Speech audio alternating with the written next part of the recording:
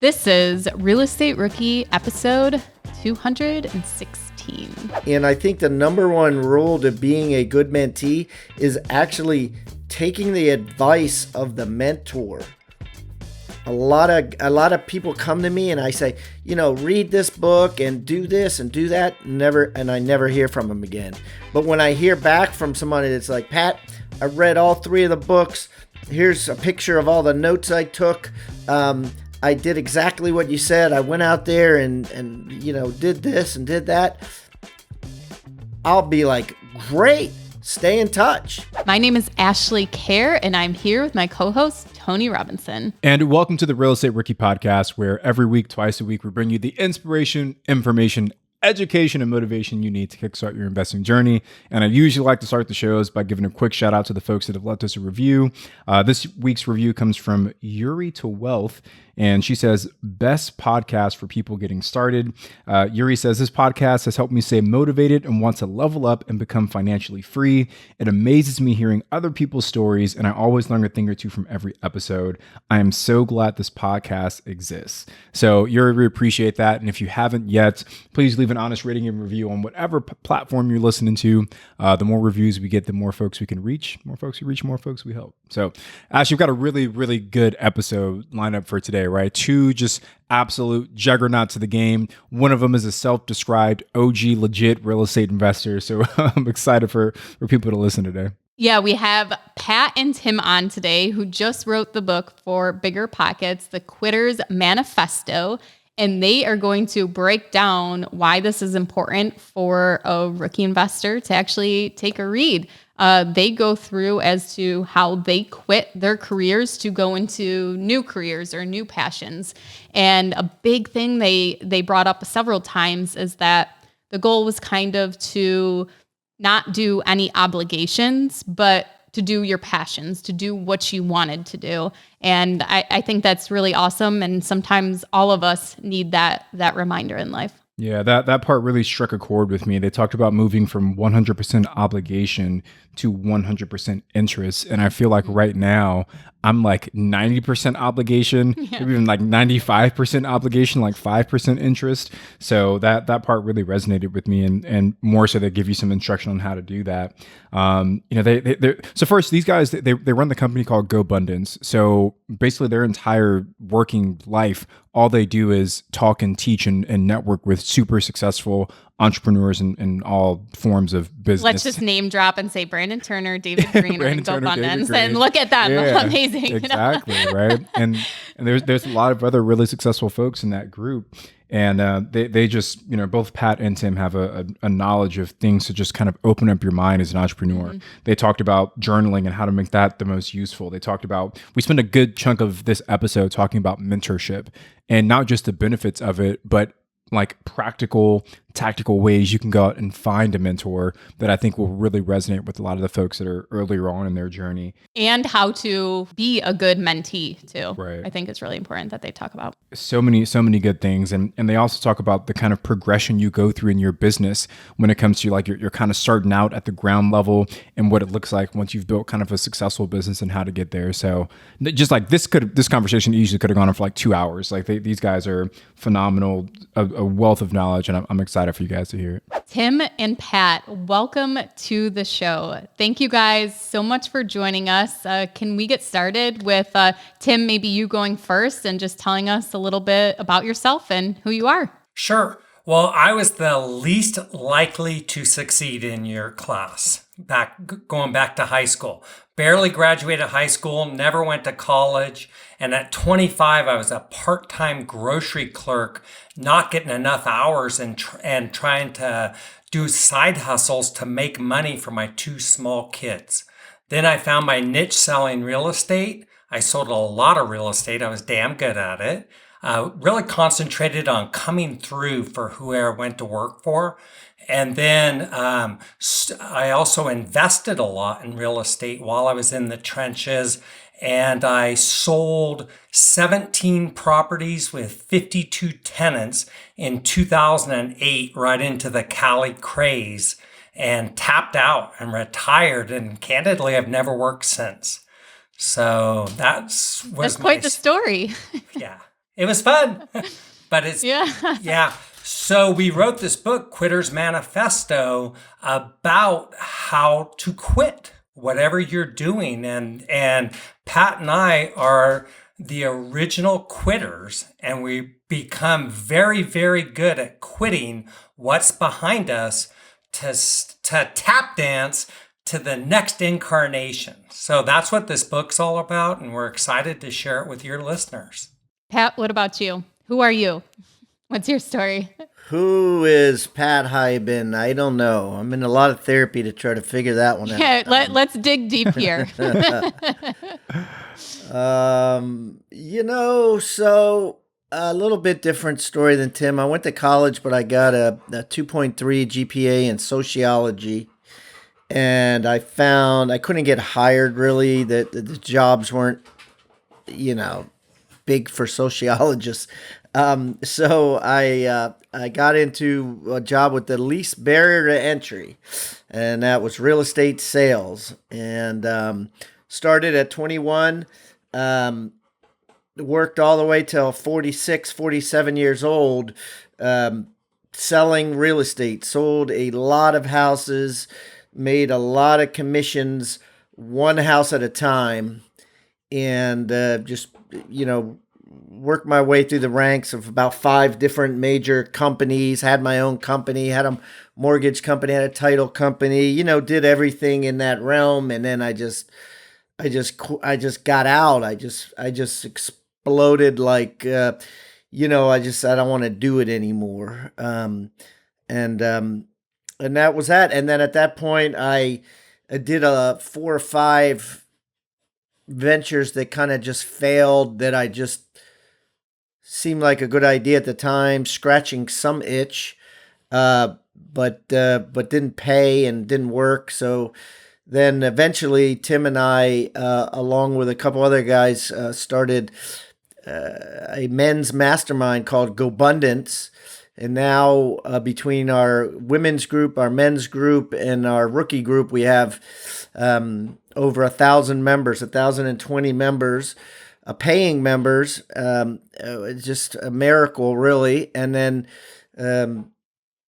I also started investing. I started buying first single-family homes, then multifamily homes. I think with my company, DAPT Acquisitions, we have about 2,000 doors, and bought some other various commercial real estate, sold a bunch, and wrote a couple of books, and that's kind of where I am today. Awesome, you guys. So part of the big reason that you guys are here is to talk about your book. So let's start with that. Let's go over that. It seems like you guys have accomplished a lot. You have great stories, but let's focus on the book. And why did you even decide to write this book? I think the reason we wrote it is we've both done what most want to do but don't know how to.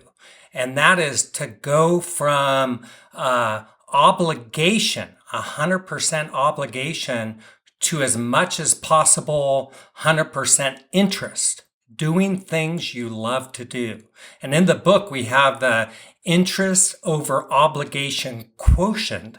And we help people get to, let's say, 80% doing what they love to do, interest, versus what most have to do, obligation.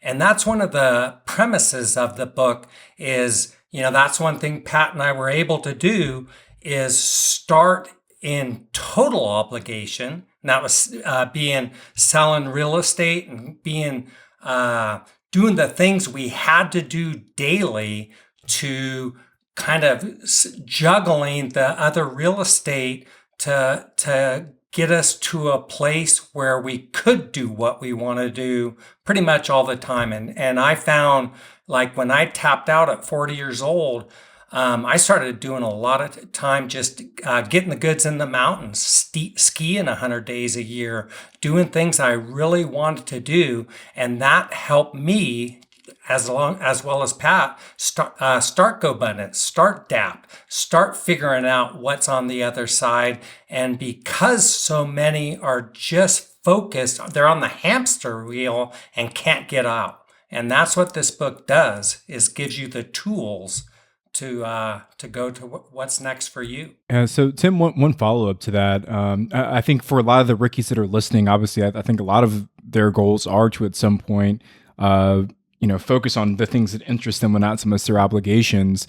But I mean, for example, we just interviewed another Rickie investor, and she said one of the obstacles to her getting started was that the idea of getting to that point seemed so far away that it seemed almost unreachable. So, like, what is your advice to people that are at the beginning of their journey that hear you guys talking about this, wonderful life you've built for yourselves, but they don't quite think that it's possible to get there? Yeah, we would both say that when we started, we didn't think it was possible. I don't think either of us had this, begin with the end in mind. We're going to be rich. We're going to be spending a lot of time just doing the things we want to do. What we did, and Pat could probably back me up on this, it's a matter of juggling balls. And we all have the career, the family, all the obligations we have. And the challenge is, how do you throw that new ball in, keep those other balls going, and not lose one and not drop the whole thing? So I think that's the thing, is just taking it. It's kind of like everybody wants to take the elevator to the top. You got to walk the stairs. And it's just taking that next stair, whatever that is for you. And you know what it is for you. I shouldn't say you know what it is for you. It's the answer is getting quiet and seeking advice and getting out in nature to just get quiet enough to get those answers. And that's the tough part. Yeah, I want to follow up to that. You talk about getting quiet. And that's something I struggle with tremendously, because we have so many moving pieces in our business. We're just like, there's always things to do. And my mind's always racing. So I like that. That's just the way that I live my life, unfortunately. So like, what are some tactical steps that someone like me can take to find some of that quietness and like, how do I get the best out of that quiet time, if that makes sense? Sure. One thing that Tim and I both do is journal. Like, I probably have 100 journals. I've journaled ever since, I got out of college, basically. And it wasn't, no one I knew journaled growing up until I started meeting other successful people like Tim and David and find out that they journal too. And I think it's a sign of successful people is, what happens when I journal is I manifest things. Every idea that I've ever had, every company I've ever had, every problem that I've ever had, I've journaled it out and tried to solve the problem in the journal. And sometimes it doesn't get solved in there, or it gets solved by a way I didn't think of, or by a cumulative of 7 or 10 days of journaling about the same thing. But it all passes through there, and I think it's very effective. It's therapeutic, but it's also very effective in solving problems and in getting off the dime. And also, I'm like you, Tony. I'm kind of manic at times, and I just come up with ideas, and a lot of them they don't work, but it's okay, because once I push them on the page, I might come back to it later and be like, yeah, that's a dumb idea. Or I talk to my wife about it and she'll be like, I don't know, that's not you. Tony, one thing that Brandon Turner has told me that he does is he'll get a massage like every week. And that's like his thinking time, because like you can't do anything else but lay there. And that's when he has like his quiet time to think. So I would love to do that. So Tony? Yeah. That's not a bad idea, right? That's not a bad idea. Does that mean since it's for your business, it's a write-off too? It's a write-off. It's got to be. Right? Absolutely. It's gotta be. Sure, And I remember when I was in the trenches just walking outside and taking a walk around the block, if I couldn't get out and just getting my heart rate elevated and getting these ideas going through my head and kind of having a meeting with my board of directors in my head. And then when I had the time, I love the term getting the goods in the woods, because that's where all my best ideas ever came from. And whenever I could get out in nature with my heart rate elevated, it was magical. And it was kind of like tapping into the universe, if you will. And I'd come back with just these amazing ideas. I couldn't wait to have my wife shoot them down like Kim's. No.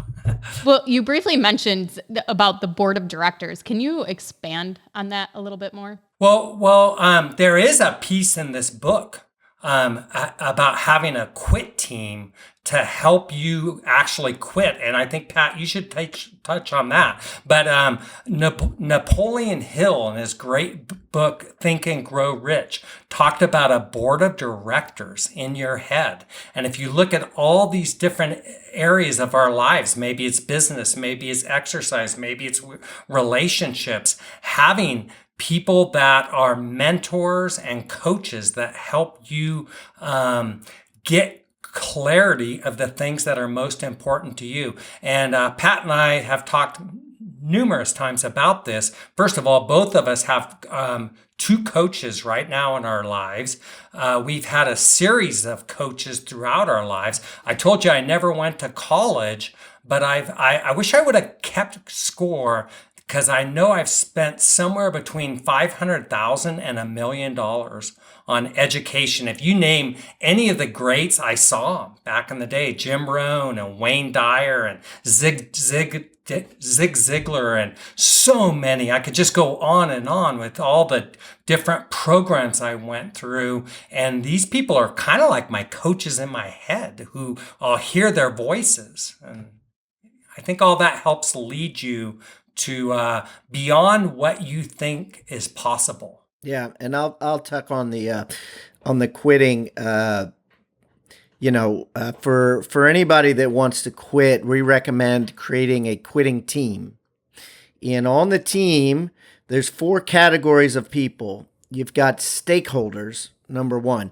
Now, a stakeholder would be like your spouse, someone, loved ones, basically, someone who's going to support you, someone who's going to say, I believe in you, someone who is going to listen to you when you tell them how hard it is, right? And the troubles that you're having, and not discourage you. Those are your stakeholders, right? The people that are kind of in this with you, from a side point of view, meaning family. And the second one is partners. Now, these are actual people that they could be like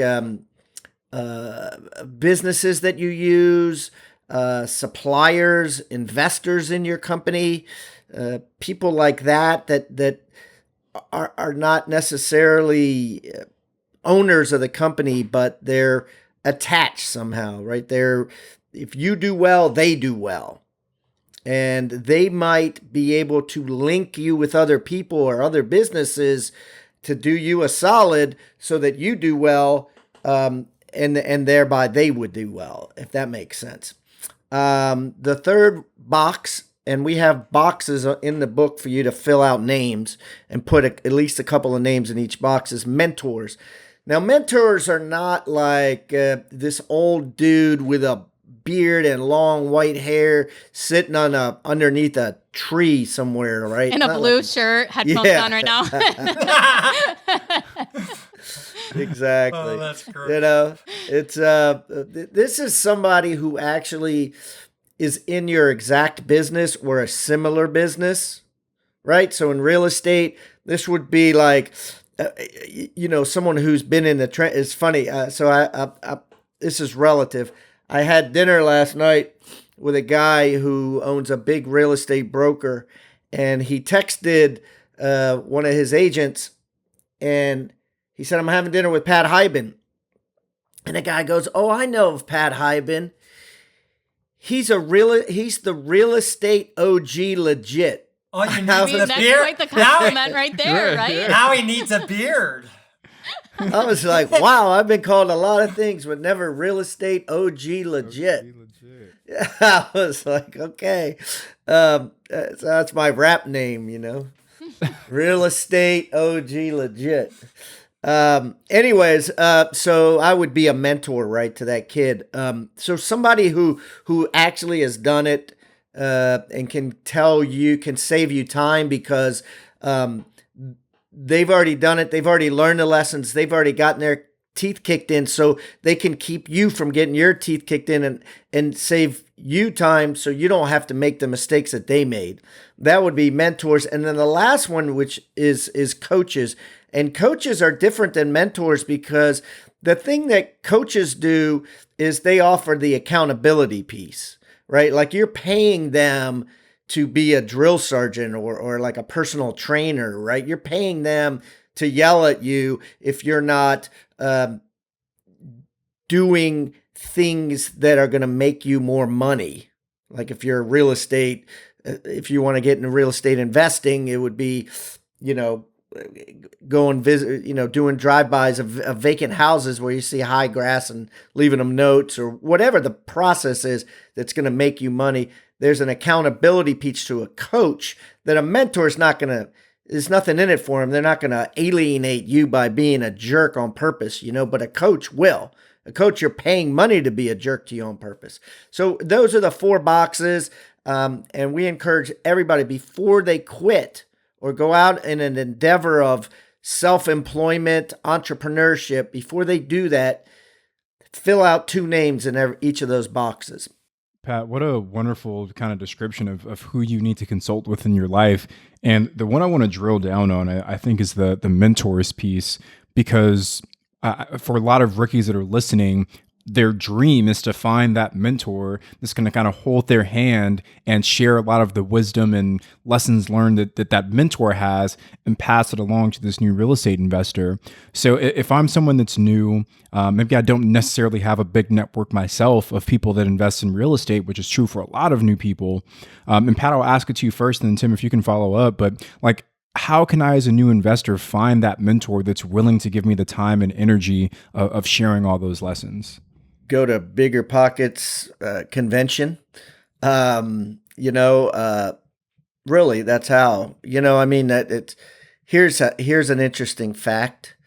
I met Tim at a money convention, in Chicago. I'm from Maryland.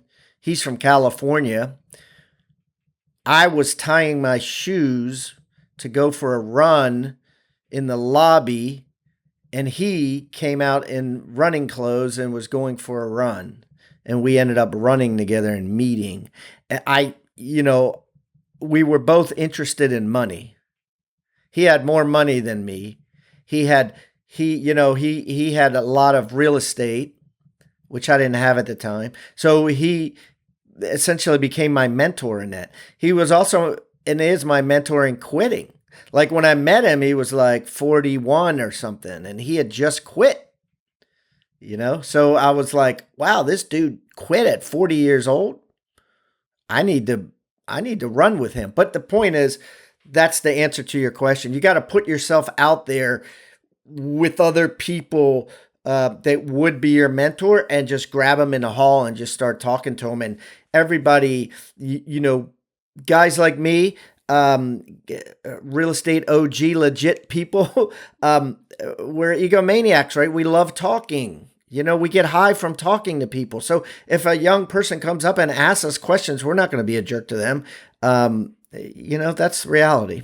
Tim, before you go real quick, I want to follow up with Pat real quick on that. So when you guys went for that run, I want to understand how you treated Tim, or how the conversation kind of went. Were you just all of a sudden like, here's my chance, I'm going to drill him with questions? Or was it like, let me build a connection, a relationship with this person, and then we kind of go into a mentorship?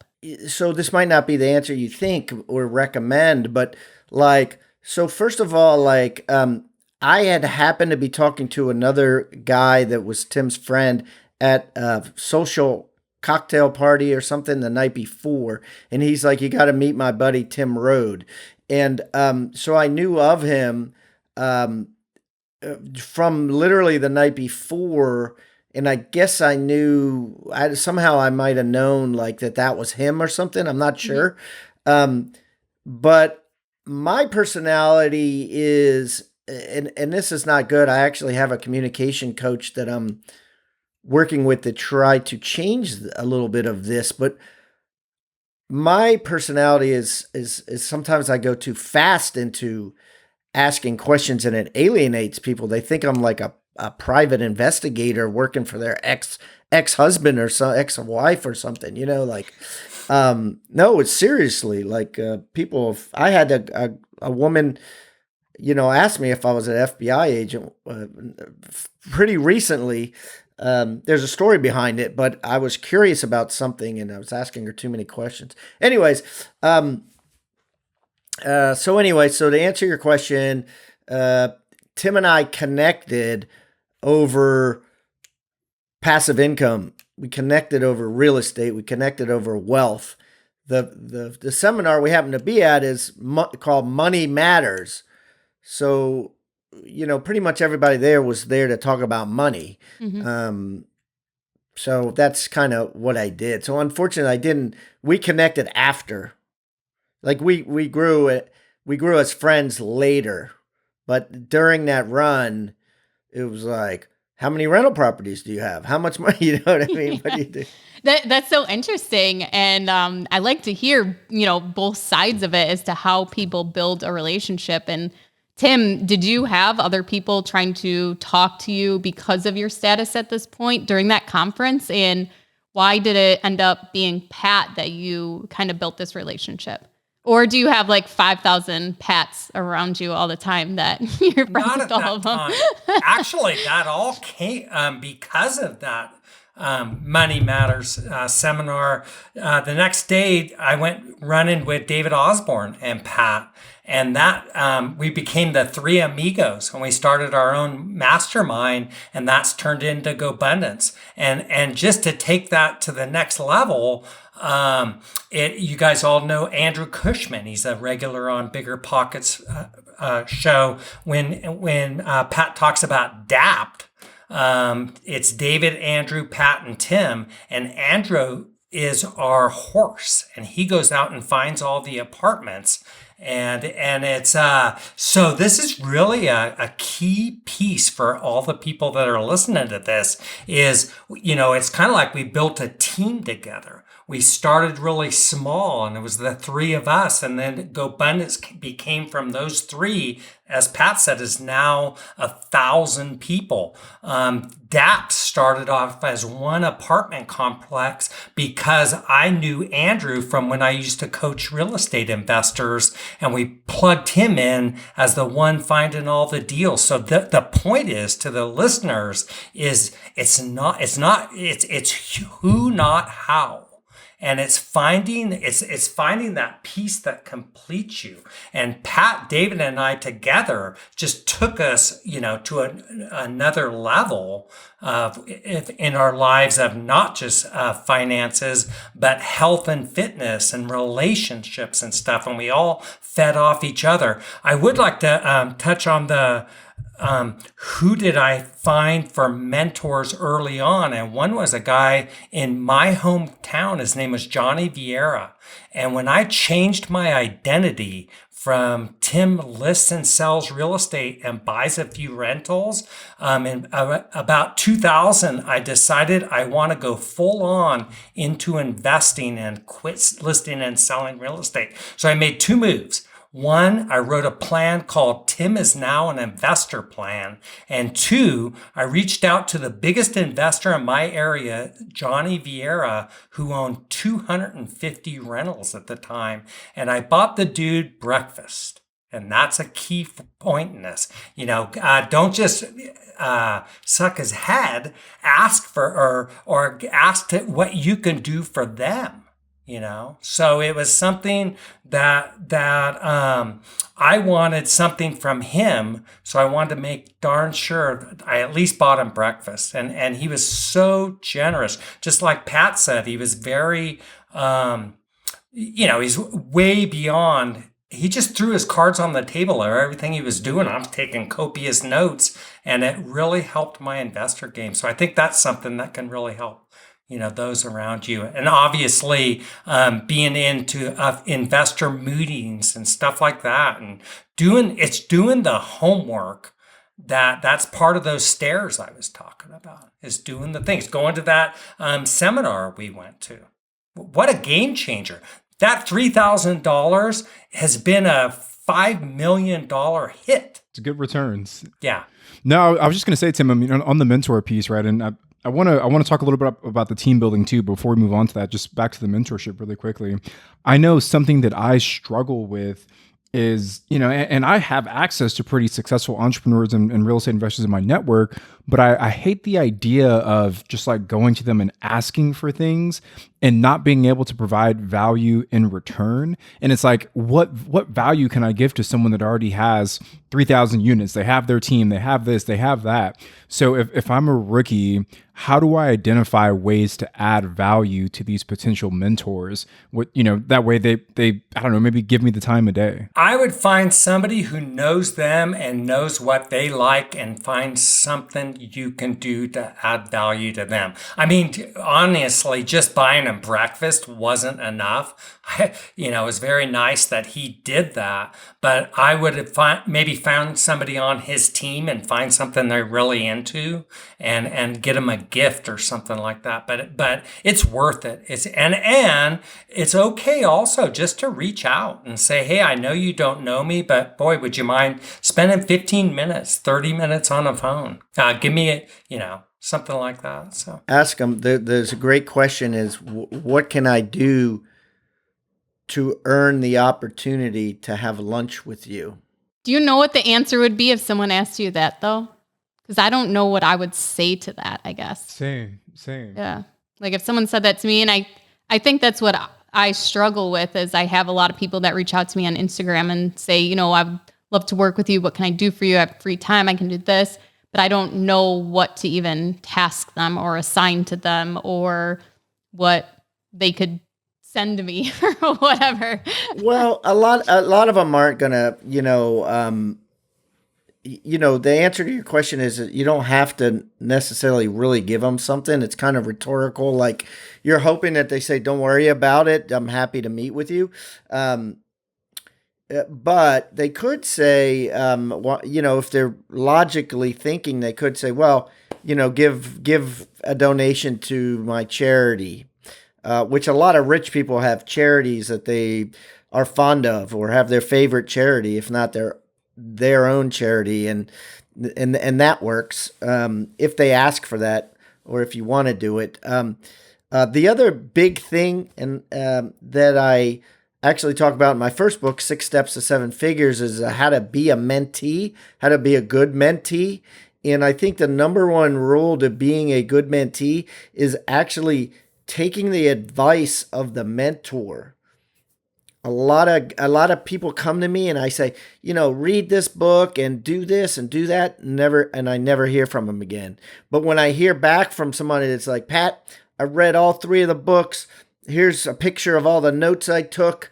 I did exactly what you said. I went out there and did this and did that. I'll be like, great, stay in touch. Because it makes me feel good that someone's actually respecting the advice that I'm given, because 99% of the people don't do what you tell them they should do. That's darn good, Pat. Yeah. Spot on.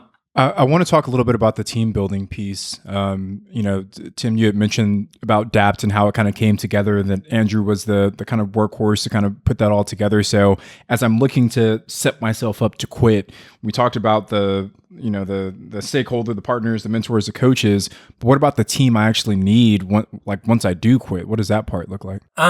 Well, and Pat can relate to this too. Let's look at 3 different levels. A, you're a player in the game. B, you're a general manager. And 3, you're an owner. And now Pat and I are kind of like owners. But when we were players, deepening our bench, one thing that I said all along is I suck. And my theory is so many people, they want to do everything. No one can do it like me. I never had that problem. All I wanted to do was prospect and list homes back in the day, and one person at a time would get somebody to do everything I don't want to do. And then it became at one point I had like 5 people doing all the things I want to do, or excuse me, didn't want to do to lead me to success. So I think when, as a player, it's getting the training wheels for yourself, learning what's your MO. And boy, that's something, if you suffer from having to do everything yourself and think nobody can do it better, I challenge you to get out of your way, because you're really limiting yourself. And I've always, to this day, every single team we have, it's full of top-notch players, and we don't do anything.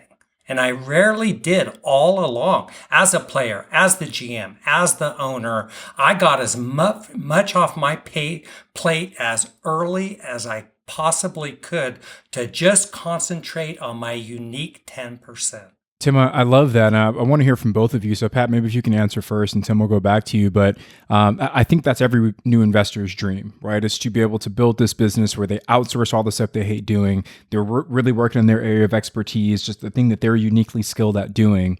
But building a team also requires money, right? And for the person that's only got one unit, the idea of outsourcing everything doesn't seem feasible because there's just not enough revenue coming in.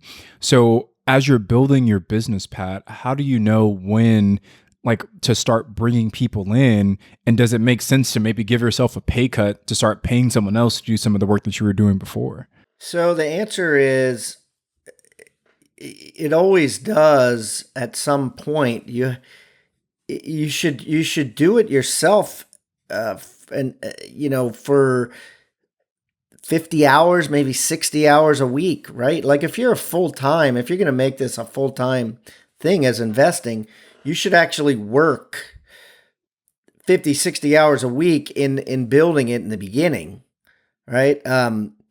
Just imagine what you could make happen if you actually were dollar productive, meaning you were actually calling people or texting people or leaving them notes or knocking on their door or whatever, how many leads you could get as far as houses to buy or whatever it is you're trying to buy, whatever piece of real estate asset you're trying to buy, if you did that. And then because you worked 50, 60 hours a week doing dollar productive activities, meaning things that make you money, right? You're going to have more than one unit. You're going to have lots going on, and you'll be able to afford to go to Upwork and find someone on Upwork to do what you want to do 5 hours a week at first, and then 10 hours a week, and then 20 hours a week, and then hire somebody full-time eventually. Yeah, that's a great example. Tim, do you have anything to add to that? Yeah, when I was selling real estate, my first full year in the business, I did what Pat said. I did everything myself. Absolute, just in the trenches, working my butt off, doing whatever it took to get the job done. And then the first hire, I made $70,000 my first year, and I hired Diane McClanahan at $48,000 per year with 4 weeks paid vacation. She's the best escrow officer in the area, and I grabbed her and just had this, anchor who as soon as I got it into escrow, I knew it was done, and and I went into just prospecting and listing. And then my second hire was somebody, as soon as I got the listing, they'd take it from there until it went to escrow. So yeah, very doing all the things that I wasn't good at. And it was pretty soon, it was like I'd say, this is my team, here's my phone number, but you'll never call me. They're amazing. They do everything. So, and they did. Yeah, I do think that's a common misconception that not just entrepreneurs or not just real estate investors, but entrepreneurs in general have, is that they hear this, the who, not how, and, build the team and do this and do that. But they miss the fact that that's a gradual process and that it's not supposed to be on day 1 or day 30 or day 90 or day 180 or day 365. It's, years down that grind when you've really built that financial nest egg to be able to afford that team member where you can start outsourcing things. So you got to mop the floors. There you go. Tim and Pat, my next question is kind of along the same lines as having the money to pay your team. But before even that, what kind of reserves or what should your financial position look like before you actually quit? Mine was not by the book, let's just say. I think most people would want a little more in reserves than what I did. When I tapped out at 40, it wasn't like I had a big, massive reserve or big money was coming in. It was barely there, and I believed in myself and just knew all the things that got me to this place was no longer working with me with my old incarnation, which was selling real estate. And then I wanted just for investing, I knew if I just worked at it and did the same thing I used to do, just for I'm going to be the customer instead of the other client, that I knew I could make it happen. So my answer is yes, it's wise to get money behind you and to have a nice cushy place to jump off. But sometimes it's time to just, make the move, and it's best for you not to. So. Well, thank you guys so much for joining us on the podcast. Can you let us know where everyone can find your book and where they can reach out to you guys? Yeah, that's easy. biggerpockets.com/Quitters Manifesto. The name of the book again is The Quitters Manifesto. Quit a job you hate for the work you love. Quitters Manifesto. So, yeah, we're excited. Bigger Pockets has been, a great publisher for us, and we think we have a really good book that's going to help millions of people. It just everyone that's read it so far has given us rave reviews on it. So I hope that anybody listening, go ahead and pick it up. It's an easy read. It's what we call an airplane read, which means you could buy it in the airport, read it on your flight, and be done when you land. Thanks for the opportunity, Ashley and Tony, and we'll see you all at the Bigger Pockets conference this fall in San Diego. Yeah, that's going to be October 2nd to the 4th. So we hope to see everyone there. If you haven't checked it out yet, go to biggerpockets.com/events. And if you want to check out their new book, you can find it in the Bigger Pockets bookstore. So Pat and Tim, thank you guys so much for coming on. And we also look forward to meeting you guys there at the conference in sunny San Diego. Look forward to it. Look forward to meeting you guys. I'm Ashley at Wealth from Rentals, and he's Tony at Tony J. Robinson. And this has been another Rookie Reply.